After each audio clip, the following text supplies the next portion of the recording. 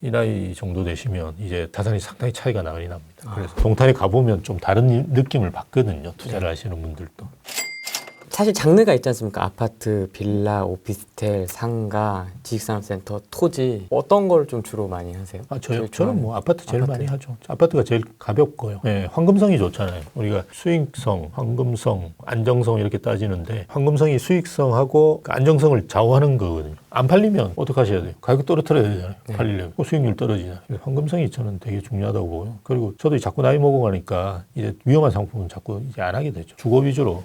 네. 하죠. 우리 김종우 씨는 투자 많이 하세요? 저는 했었다가 지금은 뭐 거의 손을 놓고 있고 그러세요? 네, 한창 열심히 막 불타는 열정으로 임장을 다닐 때가 있었습니다. 예. 한 4년 전, 3년 전에 그때 좀 했었고요. 지금은 막 쉬고 있습니다. 뭐 쉬시는 것도 좋아요. 뭐 지금 정책 나오는 거 보고 막 이러면 진짜 어지럽더라고요. 예, 맞습니다. 근데 항상 보면 투자할 때는 있어요. 상품적인 측면에서 보면 아까 말씀드렸듯이 우리가 주거용하고 수익형 이야기했고요. 그죠? 지방하고 수도권, 한국, 외국 많잖아요. 그죠? 예. 그러니까 이렇게 여러 이제 보시면 지금 뭐 글로벌한 시대니까요. 여러 상품들을 보시면서 본인들 이제 맞는 개인이 투자할 거냐, 법인이 투자할 거냐 이런 식으로 조금 시각을 넓혀 보시면 투자하실 수 있는 상품이라든지 이런 것들이 많이 있습니다. 제가 자꾸 투자 조장하는 것 같은데요. 절대 그런 건 아니고요. 네. 하시는 분들 입장에서는 좀 시각을 넓혀 보실 필요가 있다는 거예요. 저는 이제 저한테 맞는 상품이 뭔지를 아니까 그냥 그걸 하는 거고요. 그게 아니신 분들 같은 경우는 자기한테 맞는 걸 찾으셔야 되는데, 그죠? 그러려면 여러 개를 이제 보고, 그죠?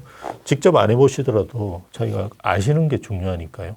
그래서 수익형, 주거형, 개인이 하실지, 법인이 하실지, 한국이 하실지, 외국이 하실지, 뭐 이런 여러 가지 가능성들을 보시는 게 좋죠. 오늘 들었던 얘기 중에서 제일 놀라웠던 게 일본. 예. 일본에 실제로 투자하고 계신 분들도 계시고. 예. 외국 투자는 많이 하십니다, 최근에. 왜냐면 항상 듣는 얘기가 잃어버린 20년, 30년 이 얘기만 맞습니다. 들어서. 그게 다 일본이 망했다고 생각하는데요. 일본은 2차 대전 때 항공모함을 5대인가 가지고 있던 나라입니다.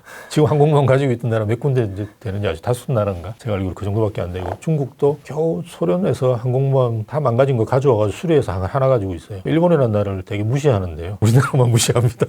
네. 쪽발이 이래가지고 무시하는데요. 네. 그렇게 생각하시는 건 좋은데 좋은 점은 받아들이실 필요는 있죠. 그래서 저는 일본을 좋아하지는 않지만 일본에서 저희가 받아들여야 될 부분들은 굉장히 많다고 봐요. 그리고 우리가 일본에 이제 자주 가다 보면 이게 우리나라에서는 어떤 식으로 될지 이런 것들을 많이 생각하게 되거든요. 작년엔 근데 일본 잘 못 갔어요. 오사카 한번 가고 못 갔어요. 일본 가면 괜히 뭐 매국노 같이 보이고 그래가지고 지금 뭐 신종 코로나 때문에 크루즈 유람선 탄 분들 그분들도 한국 분이 몇 분 계시다고 하는데 코로나 걸리는 걸 걱정하시는 게 아니라 왜 탔는지 지탄받을까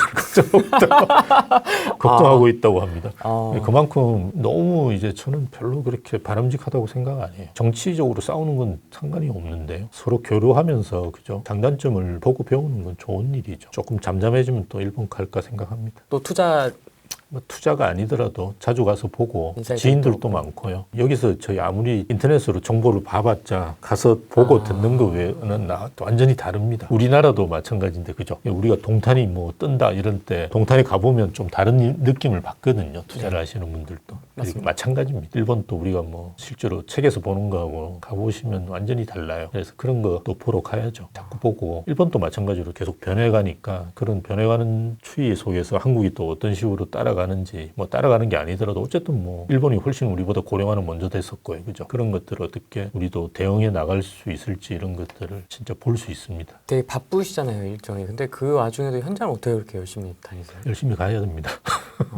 그 현장 감각이 없으면 굉장히 문제가 되죠. 현장 감각을 가지는 게 우리같이 실용 학문하는 분들은 되게 중요하죠. 제가 뭐 그냥 철학을 했다 그러면 그냥 가만히 앉아가지고 생각하면 될 거예요. 사색하면 되죠. 예, 사색하면 되거든요. 책 읽고. 근데 부동산은 그 현장 학문입니다. 그래서 현장을 다녀야 됩니다. 현장을 안 다니는데 어떻게 부동산 이론을 만들 수 있어요? 그래서 저도 강의하는 거는 사실은 뭐 이렇게 책에서 본 내용도 많이 들어있지만 제가 나름대로 현장 가가지고 이론을 했던 사람이니까요. 그죠? 현장 가가지고 이건 이런 식 것 같다라고 해서 제 나름대로 이제 이론도 만들 수도 있고요. 그래서 이론하고 현장하고 계속 이렇게 교류하면서 뭔가를 만들어내는 게 제대로 이론을 만들어낼 수 있겠죠.